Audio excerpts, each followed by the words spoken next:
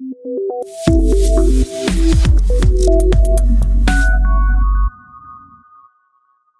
here we're gonna rearrange a bunch of given logic so that we can write the code easily. So over here we have display a new string display word with blank for every letter in word, which we did in the previous subtask. And now after that, what we're going to do is we're going to get user input for the guessed character, and after that we're going to loop through every letter in the original word, that is the secret word. And if the guessed character matches the letter in the original word, then we're going to add the guessed character to the display word because it's correct. That is, if the user has guessed a character and that character is actually present in the secret word, then we're gonna add the guess character to the display word, which will be displayed finally. And else, that is, it's a wrong guess, then we're gonna print out blank for every letter in word. So let me submit this so you can see it's correct now. So in this particular subtask of the Hangman project, we're gonna be validating the user guesses. That is, if the user has guessed a correct letter present in the secret word, we're gonna add that letter to the display word, or else we're gonna continue with a blank. So we're gonna simply be updating the word display function. So previously we saw the pseudocode for this. Now let's look at the actual code. This part is exactly the same as the previous subtask. Now coming to the code for this particular subtask, in the word display function, instead of taking only the word as an input, we're gonna take a string guesses as an input. So guesses over here is basically the list of all the guesses given by the user, including the previous ones. Coming to the code, we're going to create a string builder object called display word. Now we have our first for loop for char c in word.toChar array. That is, we're going to convert the secret word into an array of characters, and for each character present in that array of characters. So over here we have an if statement, if guesses.index of c is not equal to -1. So what does this mean? So over here, index of c is going to give an index at which this particular character c is present in this particular string. So in the string guesses, if c exists, we're going to get the index of that particular value c using this particular line. So after getting the index, we will always get an index to be 0 or a positive value. But let's say I want to search for a letter which does not exist in that string. Let's say I want to search for a letter Z in our guesses list, and the user hasn't guessed Z at all, then it won't exist in that guesses list. And so if I give guesses.index of Z, it's going to give me an output of -1 because that particular letter does not exist in the string. That is, there is no index for the particular letter.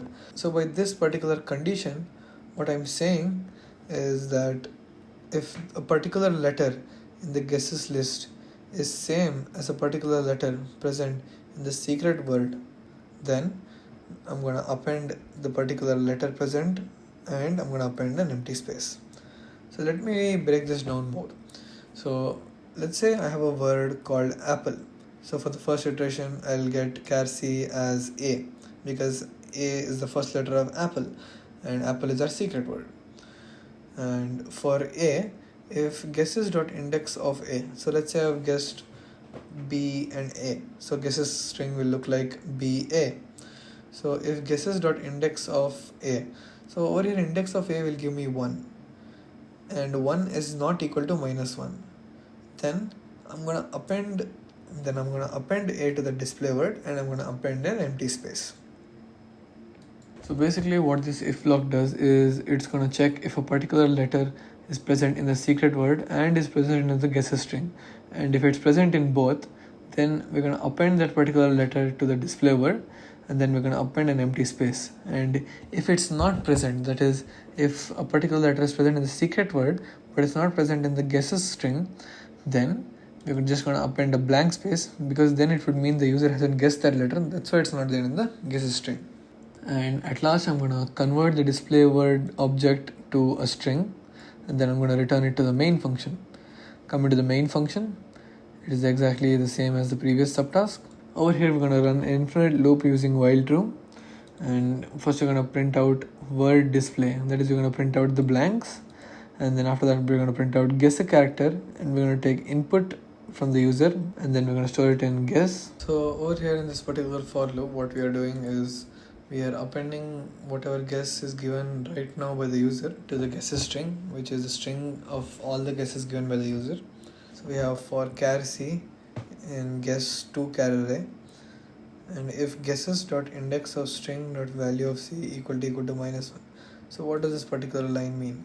As we saw previously, we know what index of does is it gives index of whatever value is present over here. Now why have we done this extra string dot value of c? So if you notice, guesses over here is a string builder. It's not a string. In Java, the index of method can take char as an input.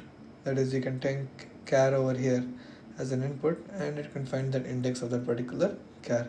But the guesses string builder does not have that option. That is, it can only take string as an input for finding an index.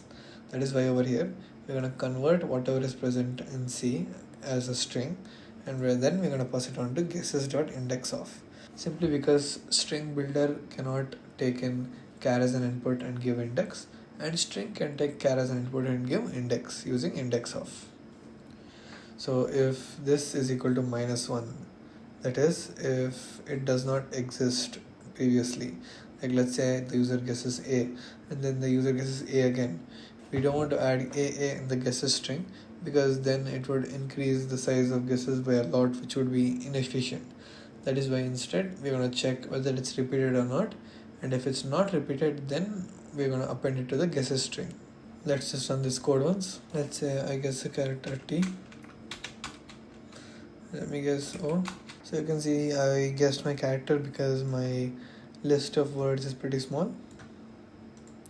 So let's just submit this code once. So we passed all 3 test cases. Let's move on to the next subtask.